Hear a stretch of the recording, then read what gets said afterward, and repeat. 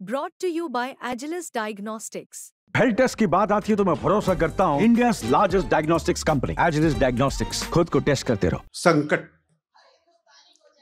अक्सर ताला उसकी जुबान पर लगा होता है जो बहुत ज्यादा सोचता है। अक्सर ताला उसकी जुबान पर लगा होता है जो बहुत ज्यादा सोचता है। जो बहुत बोलता है उसके दिमाग पर ताला लगा होता है। जो बहुत बोलता है, आप देख रहे बोल रहे हैं, उसके दिमाग पर ताला लगा होता है।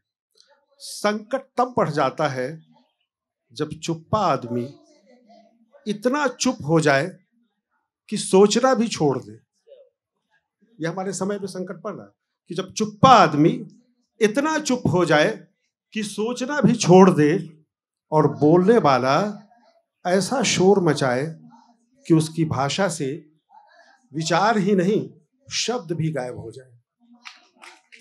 तो हो क्या है, अब एक शब्दहीन शोर के समय में रह रहे हैं और जो विचार करने वाले लोग हैं वो सिर्फ चुप नहीं है, अब लगता है कि इसे विचार करना भी बंद कर चुके हैं। ये है हमारे आज के समय की विडंबना। ये है हमारा आज का ऐसा समाज जिसे कविता इस रूप में देखती है। और चूंकि मैं उसमें एक दर्शक के रूप में बैठ भी गया था तो उसमें बहुत सारी अच्छी बातें भी हुई, तो उसको मैं सुन भी रहा था। तो एक बात हमारे सामने रखी जाती है ना कि जैसे चीजें जब हम समाज के निचले तबके, कमजोरों, तमाम उनके लिखने बोलने के बारे में बातचीत करें तो लगता है कि इससे समाज बढ़ जाएगा।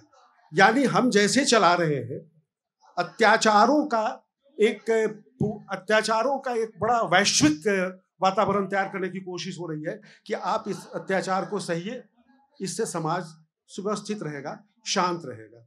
ये है। तो इससे क्या होता है कि क्या हम इससे सच्चा समाज बनाएंगे? नहीं। सच्चा समाज तब बनेगा जब अलग अलग लोग, सबसे समाज के निचले तबके के लोग, उनके विचार को भी हम सुने, उनके विचार को भी हम आदर दें। तो विविधता जो पैदा होती है वो विविधता एक नए समाज को और बेहतर समाज को रचती है। कविता उस विविधता के पक्ष में है और विविधता ही सबसे बड़ा राष्ट्रवाद है। एक छोटी सी कविता मैं इस पर पढ़ देता हूँ। हाँ, मैं इस पर एक छोटी सी कविता पढ़ देता हूँ। उद्धारक। समूची रामकथा आप ध्यान में रखें, ये रामकथा का एक आदिवासी डिस्कोर्स है।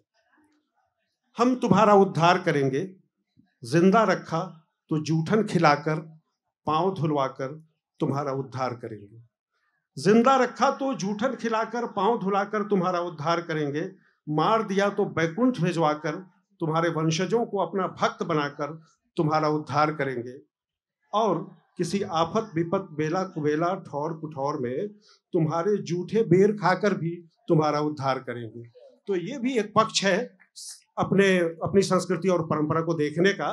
कविता इस पक्ष को पहली बार सामने ला रही है। अब धन्यवाद।